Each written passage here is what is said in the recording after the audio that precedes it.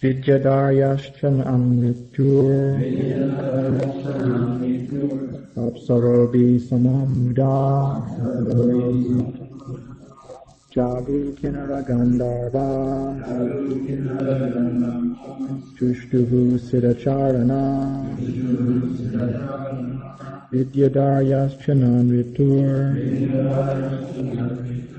Apsarobi samamuda. Translation. The Kinnaras and Gandharvas began to sing auspicious songs. The Siddhas and Charanas offered auspicious prayers, and the Vidyadharis, along with the Apsaras, began to dance in jubilation. Please repeat. The Kinnaras and Gandharvas began to sing auspicious songs. The Siddhas and Charanas offered auspicious prayers. And the Vidyadharis, along with the Apsaras, began to dance in jubilation. So I'll read the next two texts. Mumuchur munayo deva samanam si mudanvita mandam mandam jaladara jagarjur anusagaram nishite tama udbhute jayamane janardane devakyam devarupinyam vishnu sarva guhashaya avirasidhyata prachyam dishindur iva pushkala. Translation. The demigods and great saintly persons showered flowers in a joyous mood, and clouds gathered in the sky and very mildly thundered, making sounds like those of the ocean's waves. Then the Supreme Personality of Godhead, Vishnu, who is situated in the core of everyone's heart, appeared from the heart of Devaki in the dense darkness of night, like the full moon rising on the eastern horizon, because Devaki was of the same category as Sri Krishna. Report by Srila Prabhupada. As stated in the Brahma Samhita 537, Ananda Chinmaya Rasa Ananda Chinmaya Rasa Pratibhavatabis Tabirya Eva Nijanrupa Taya Kalabi Galoka Eva Nivasatya Kilatna Bhuto Govindamadi Purusham Tamaham Bhajami. This verse indicates that Krishna and his entourage are of the same spiritual potency, Ananda Chinmaya Rasa.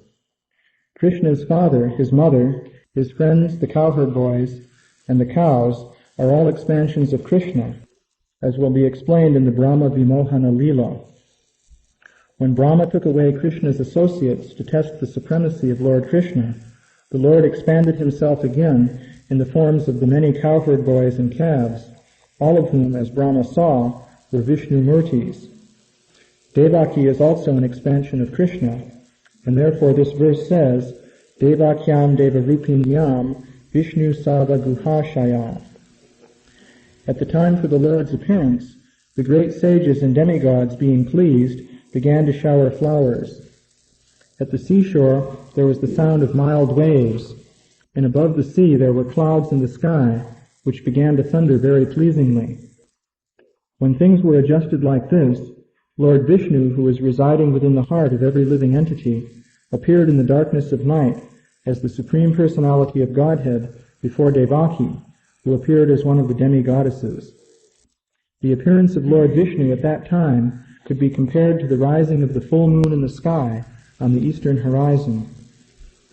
The objection may be raised that since Lord Krishna appeared on the 8th day of the waning moon, there could be no rising of the full moon. In answer to this, it may be said that Lord Krishna appeared in the dynasty which is in the hierarchy of the moon. Therefore, although the moon was incomplete on that night, because of the Lord's appearance in the dynasty wherein the moon is himself the original person, the moon was in an overjoyous condition. So by the grace of Krishna, he could appear as a full moon. To welcome the Supreme Personality of Godhead, the waning moon became a full moon in jubilation. Instead of Deva Rupinyam, Some texts of Srimad Bhagavatam clearly say Vishnu Rupinyam. In either case, the meaning is that Devaki has the same spiritual form as the Lord. The Lord is Sach Chidananda Vigraha, and Devaki is also Sach Chidananda Vigraha. Therefore, no one can find any fault in the way the Supreme Personality of Godhead, Sach Chidananda Vigraha, appeared from the womb of Devaki. Those who are not in full knowledge that the appearance and disappearance of the Lord are transcendental, Janma Karma Chame Divyam, are sometimes surprised that the Supreme Personality of Godhead can take birth like an ordinary child. Actually, however, the Lord's birth is never ordinary. The Supreme Personality of Godhead is already situated within the core of everyone's heart, as Antaryami, the Supersoul. Thus, because he was present in full potency in Devaki's heart, he was also able to appear outside her body. One of the 12 great personalities is Bhishmadev. Svayambur Narada Shambhu Kumara Kapilominu Prahlado Janako Bhishma. In Srimad Bhagavatam, Bhishma, a great authority to be followed by devotees, says that the Supreme Personality of Godhead is situated in the core of everyone's heart, just as the sun may be on everyone's head. Yet although the sun may be on the heads of millions and millions of people, this does not mean that the sun is variously situated. Similarly, because the Supreme Personality of Godhead has inconceivable potencies, he can be within everyone's heart, and yet not be situated variously. Ekat Vam Anupashyata, Ishopanishad 7. The Lord is one, but he can appear in everyone's heart by his inconceivable potency. Thus, although the Lord was within the heart of Devaki, he appeared as her child. According to the Vishnu Purana, therefore, as quoted in the Vaishnava Toshini, the Lord appeared like the sun, Anugrahasya, Anugrahasaya. The Brahma Samhita 535 confirms that the Lord is situated even within the atom, Andantarasta Paramanu Chayantarastam. He is situated in Mathura, in Vaikuntha, and in the core of the heart. Therefore one should clearly understand that he did not live like an ordinary child in the heart or womb of Devaki, nor did he appear like an ordinary human child, although he seemed to do so in order to bewilder asuras like Kamsa. The asuras wrongly think that Krishna took birth like an ordinary child and passed away from this world like an ordinary man. Such asuric conceptions are rejected by persons in knowledge of the Supreme Personality of Godhead. Ajopisam avayatma bhutanam ishvaropisam. As stated in the Bhagavad Gita, the Lord is Aja, unborn, and he is the supreme controller of everything. Nonetheless, he appeared as the child of Devaki. This verse describes the inconceivable potency of the Lord, who appeared like the full moon. Understanding the special significance of the appearance of the Supreme Godhead, one should never regard him as having taken birth like an ordinary child. So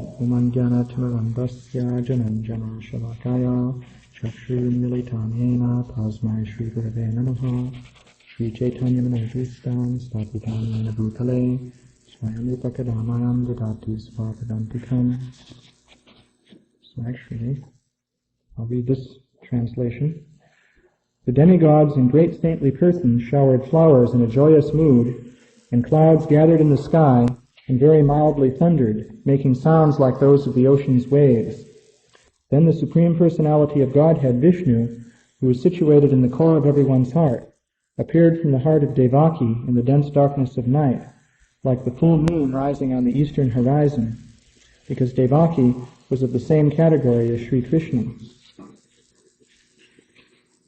So these verses are describing the actual appearance of Lord Krishna as the son of Devaki, Devaki Nandana, and Srila Prabhupada is explaining in great detail the transcendental nature of Krishna and his appearance.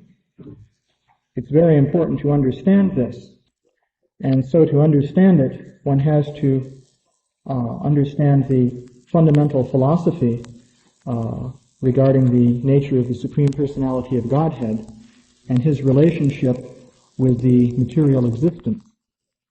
Because if that is not understood, then it will not be really possible to understand what is happening with the birth of Lord Krishna. Materially inclined people, or people who simply have a material conception of things, whatever their inclination may be, will not be able to properly understand the nature of Krishna's appearance. So they will tend to think that Krishna must have taken birth as an ordinary living being. And there are many different ways of conceiving of this. One can imagine, for example, that Krishna took birth as perhaps as some kind of demigod. One can readily imagine that perhaps he wasn't just an ordinary human being. But one would conceive that some kind of entity entered into the womb of Devaki and developed there, and then was born and proceeded to perhaps exhibit various mystical powers or something of this kind. So this would not be a correct understanding of what was really happening. Actually, because of this material conception of Krishna, there are whole schools of religionists who declare that the Supreme Personality of Godhead could not take birth, and thus they reject this account. For example, this is true of the Sikhs in India. Now, I don't know if Guru Nanak, who was their original leader, preached anything like this, but at least the present-day Sikhs will say that the Supreme Personality of Godhead could not have taken birth. That is simply not possible. So this is due to a misconception concerning what is actually happening here. Now, Srila Prabhupada points out here that Krishna is one. This word ekatvam is used, which refers to oneness. Eka is one. So this is an important point to consider. One aspect of the Supreme is non-duality. The Supreme cannot be made up of many different parts which are all divided from one another, because in that case you would not have one ultimate Supreme Being. You would just have various parts which are interacting in some way and which are possibly in conflict. So one basic understanding regarding the Supreme Absolute Truth is that the Absolute Truth has perfect oneness. So if that is true, then one can raise the question, how could something that has perfect oneness appear as an apparently human child, taking birth at a particular time, and exhibiting variegated features such as hands, arms, legs, and so forth? Because these are different parts. And it would seem that this entity is appearing in a particular place and not some other place. It would seem that Krishna was now within the walls of this particular prison of Thompson, and that meant that he wasn't in another location.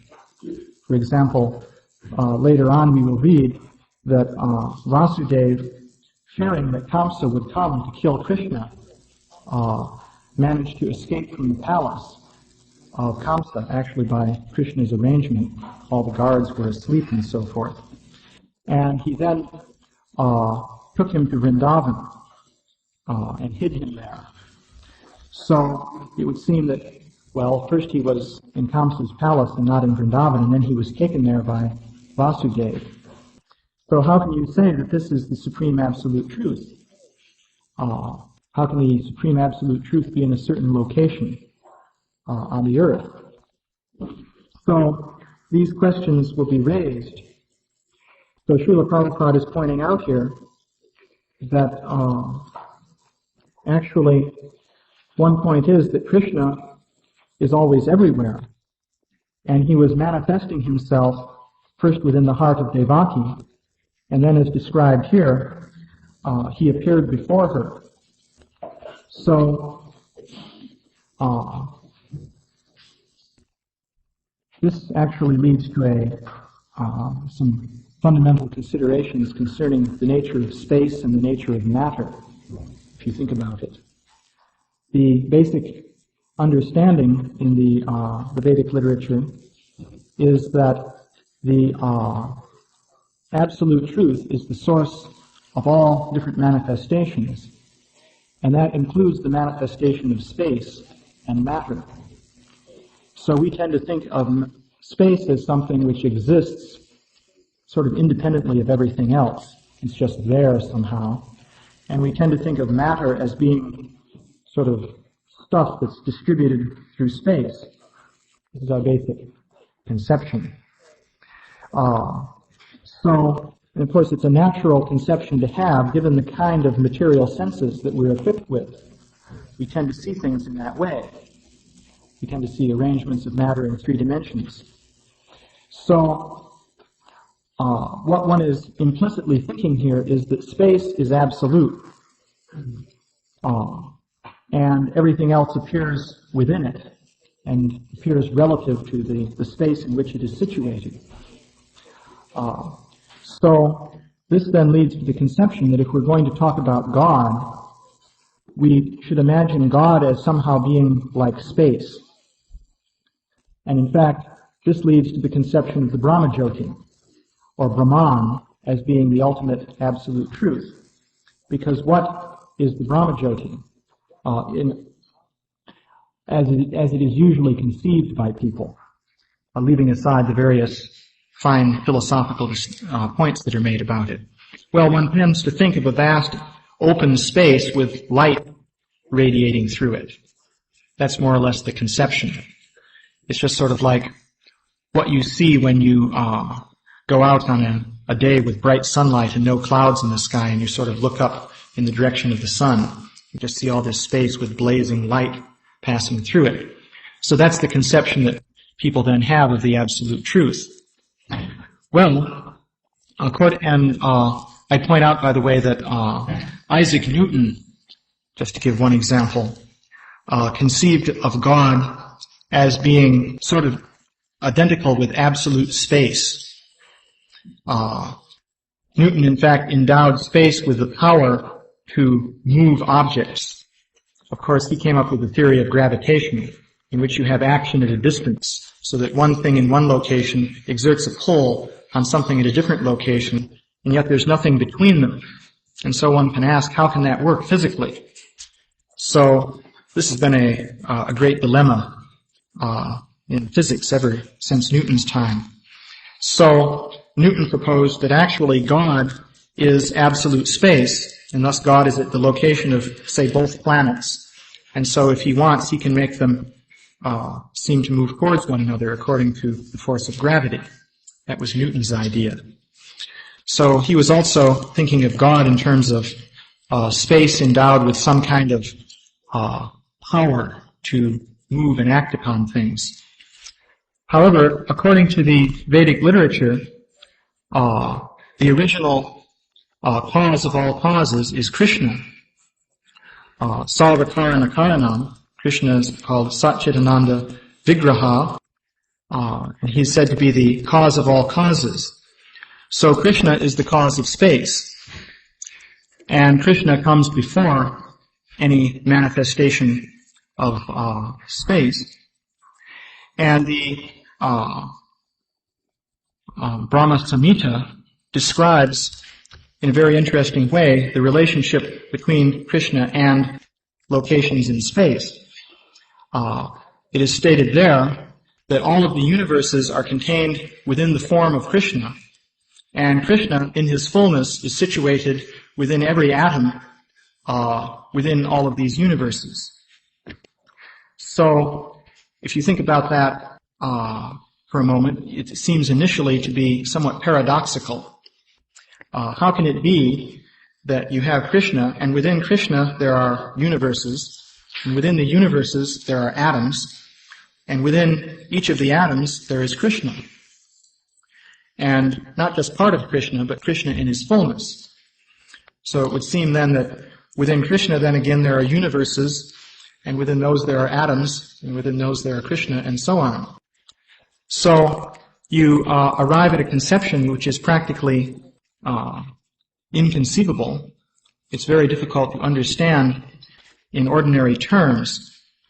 You can think of some mundane examples of this, however. For example, on some occasions you may have seen a painting in which, in the painting, there's a painting hanging on the wall, which happens to be the same painting. So within that, there's another one hanging on the wall, which is the same painting, and so on. And of course, unfortunately, in the painting, because it's made of crude globs of paint, if you look closely at the little painting on the wall, you'll see it's really not the same as the large painting because it doesn't have as much detail. So you can only go so many levels with this idea of the painting within the painting. But in the case of Krishna, there are unlimitedly many levels. So this gives the idea that actually Krishna is simultaneously fully present at every location in space, and he contains the whole thing also. So this is a kind of description of the nature of Krishna's oneness. And since we are speaking in material terms and using material examples, it is very difficult to properly understand this. We can sort of try and understand this oneness by chasing from one thing to another and showing how they connect. But always we fail to catch up with ourselves, so to speak. That is to say, Krishna is located at every point simultaneously, and all the points are within him. So you can see this sort of ties everything together, but in our descriptions, everything remains separate. But it's important at least to understand this idea that the original reality, absolute reality, is Krishna. And this is a reality with variegated form. One cannot conceive of Krishna as some kind of void or something like that. But Krishna has form and personality. But the entire manifestation of space and everything in it is within Krishna. And Krishna is simultaneously within it. So this is the nature and position of Krishna. So Krishna was always within the heart of Devaki, and he's always located everywhere. And he can manifest his form wherever and whenever he likes. So it's a question of the particular way in which he chooses to manifest himself. So it is described in this verse also that Devaki is of the same category as Krishna. So another problem which people would have in understanding how the Supreme Personality of Godhead can appear from gross matter is that they will think that matter and spirit are two different things. And matter is much inferior to spirit. Its properties and characteristics are in fact the very opposite of the properties of spirit. So how can it be that God, who is the supreme spiritual being, can appear within matter? This seems inappropriate, if not contradictory. So the point then is that Krishna was not actually appearing within matter.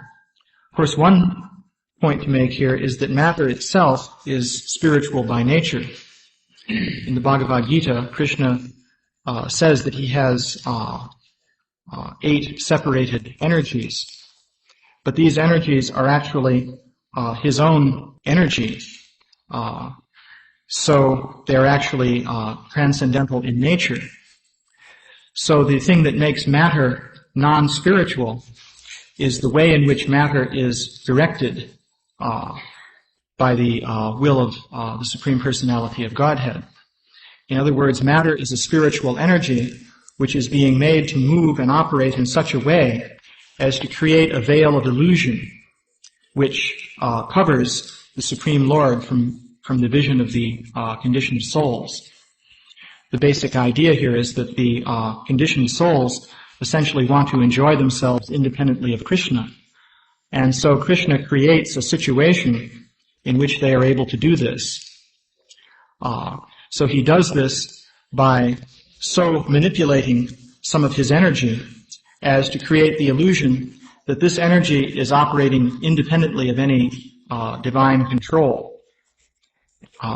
So the idea then is created in the minds of the conditioned souls that this material energy is something that's just working in an automatic and impersonal way and is manifesting everything within the universe. So in this way, Krishna disappears from the sight of the conditioned living entities. So this energy which is operating in this way we call matter, because it seems to be separate from God and it seems to be non-spiritual.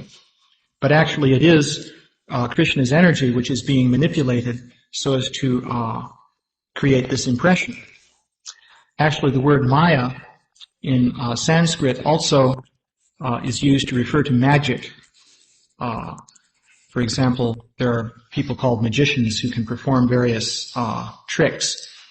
I've used the example of sawing a lady in half, which I actually saw once.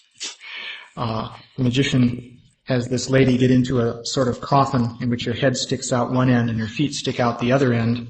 Then he closes it and he takes a big saw and starts sawing through the coffin.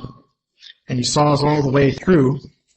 And then the thing is mounted on wheels, so he then pulls the two parts of the coffin apart from one another, and you see the woman's feet still sticking out one end and her head sticking out the other.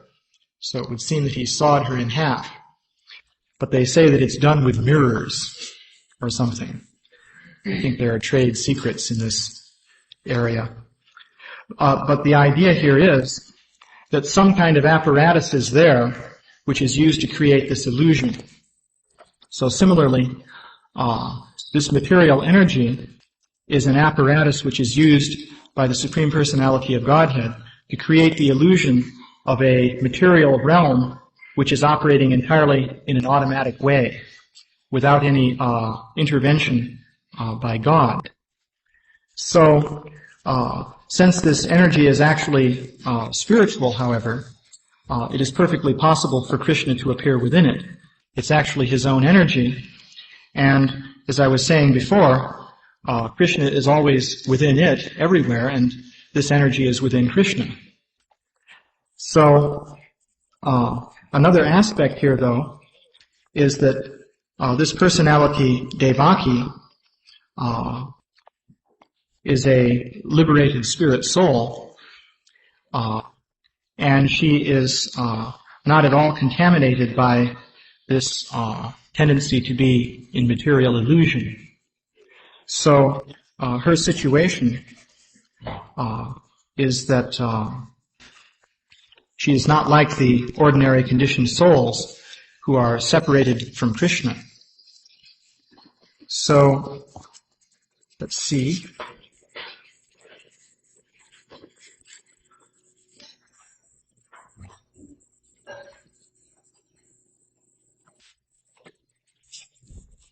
Actually, one should... What time is it now? 6. Are there any questions or points anyone would like to raise? It's basically a spiritual thing when it is that I am to Krishna. It is all the time contaminating. Yeah, the point I was making, the material mind is doing it, but the soul isn't. Then it might be going on, but you wouldn't know about it. So, to say that the material thoughts and feelings and so on are just occurring within the material mind is not really correct. What's happening there is that the material mind is part of Krishna's external energy, and it is essentially providing the program for material enjoyment. It's sort of like the automatic pilot of an airplane, you might say. At least one can make an analogy like that. Say somebody's flying an airplane and he's doing this in order to experience some enjoyment. But as part of his enjoyment, he doesn't want to have to pay individual attention to every single move that the airplane makes. So he has this automatic pilot which takes care of those things, and he just sets it so that he can sit there and enjoy the ride and so forth. So similarly, the mind is a much more elaborate automatic pilot, which we program with all kinds of plans for enjoyment. So the mind is just full of these different plans. So these are the different potential thoughts, feelings, and desires that we want to manifest. The whole thing is programmed within the mind. And as time goes on, these programs execute, just like in a computer, and we experience the whole show that's going on. So, but ultimately it's the soul that does the experiencing. The mind itself is not actually in and of itself sentient. Of course, Krishna is there even within the mind and within everything else, and he knows everything. But his consciousness, of course, is Krishna's consciousness. That is, he's conscious of everything. So the mind itself is not conscious that, I am Joe Smith and I want to do this. The mind is generating that program with all the details of what it takes to be Joe Smith, but ultimately it's the soul within that body that is thinking, I am Joe Smith. And of course, we say that the mind does the thinking, feeling, and willing, but we have to realize that the soul also does that. For example, if a soul becomes liberated and completely detached from the material elements, and say goes to Vaikuntha, you can't say, well, now that soul doesn't have a mind anymore, so it's not doing any more thinking, feeling, and willing. The soul is actually the conscious entity. So the mind is providing a program for our thinking, feeling, and willing. So actually, one philosophy that some people will put forward, I heard this advocated recently, is that my soul is on an exceedingly advanced spiritual level, but my mind and body are still, well, they're just material, and they're doing whatever it is, whatever it may be, engaging in this activity and that activity. But my soul is on a very exalted plane. So they will argue like this, but actually that doesn't work, because whatever the material, as long as the soul is connected with the material body, whatever the material mind is generating and doing, that's what the soul is experiencing. But ultimately it's the soul that is experiencing that. Does the soul enjoy the material activities? The soul is the only thing that enjoys the material activities. Nothing else does. Because the matter doesn't enjoy the material activities, and Krishna certainly doesn't enjoy them. The soul is the only thing that enjoys them, or tries to enjoy them. And that, of course, is the problem, because the nature of material enjoyment is one is always trying to enjoy, thinking, well, it's not quite right yet, but if only I could do this, if only that would happen, then I could enjoy. It never happens. So any other questions? So this is actually a very... I'm just saying, you bring it back to the soul, where the soul is thinking, feeling, and willing. Mm-hmm. So they say, well, that's spiritual nature of Krishna. How can you say it's contaminated? In other words, the idea, how can there be any contamination within God? As you were saying earlier, it's all a spiritual energy. Material is just a matter of consciousness. That consciousness comes from the soul. Now, how can there be something material in the soul? The soul is spiritual by nature. So, the nature of the soul, and Krishna has set it up this way, is that the soul is capable of trying to act independently of Krishna. Now, you might say, well, why would Krishna allow for that? Certainly, if he wanted, he could have spirit souls who always cooperated with him fully, one would think. But in any case, the ontological situation is that the soul is a complete personality, and in minute degree has all the qualities of the personality of Krishna himself, including the quality of being able to act independently. So Krishna has endowed the soul with these qualities. And there's this whole question here of free will, which always is very confusing to the philosophers. They always have enormous difficulties with it, and you can bring up all kinds of different paradoxes and so forth. But it would seem that Krishna has endowed the spirit souls with free will. So they're completely spiritual, and they're parts of Krishna. They're Krishna's minute aspect. Srila Prabhupada has also said that since Krishna is complete, he has his infinite aspect and his infinitesimal aspect also. So these spirit souls have this quality of independence and freedom, and they can actually use this quality or this potentiality to act independently of Krishna. And then Krishna goes along with that.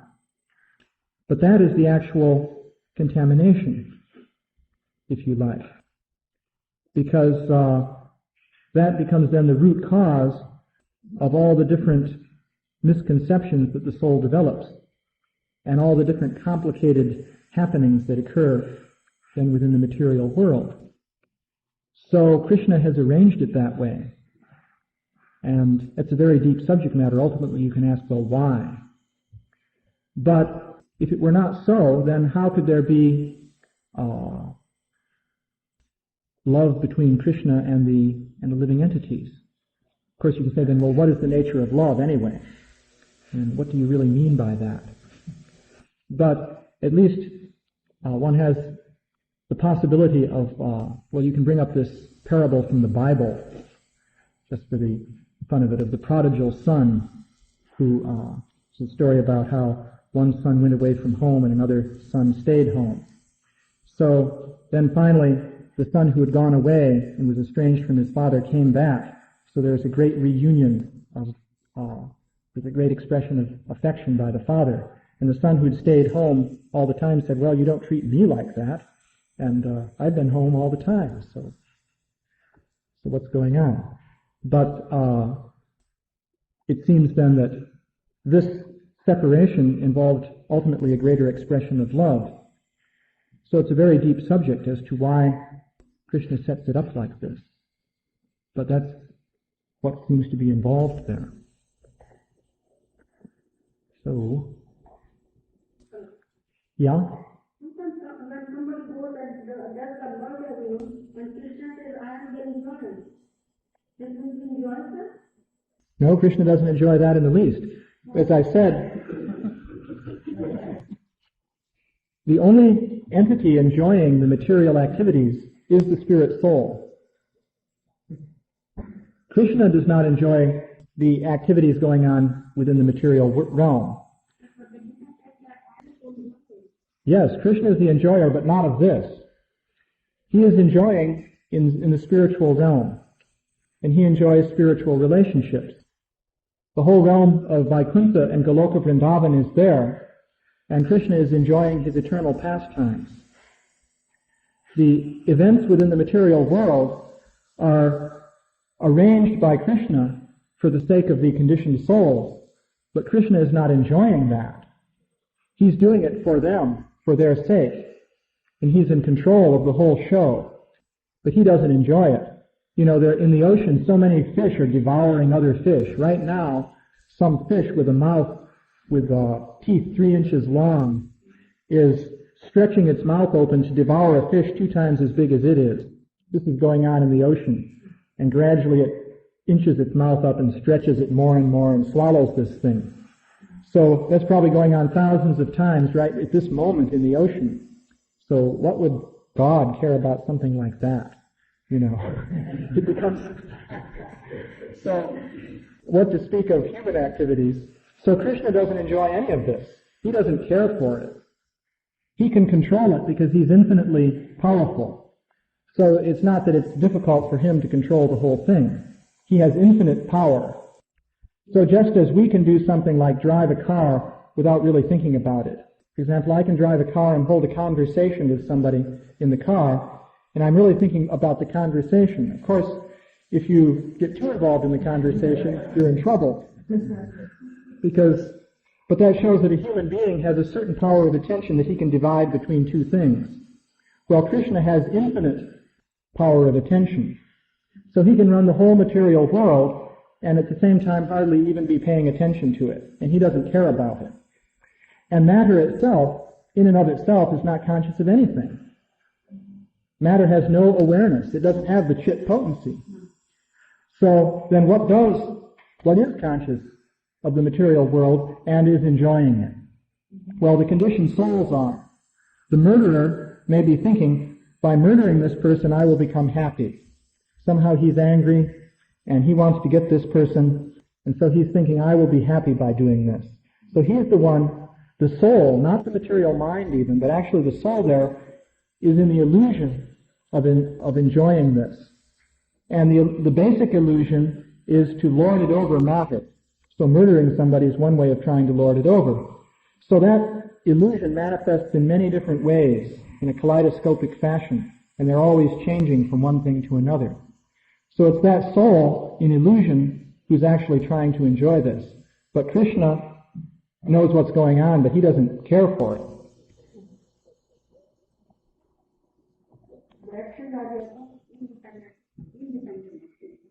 Yes, the actions of the spirit soul are independent. Krishna is controlling them, but he says, I'm controlling this so that you can have your so-called enjoyment, and you're responsible. Krishna does not accept sinful reactions, because he's saying, well, look, the spirit soul is responsible for this. He's the one who wants it, and he also has to pay for it.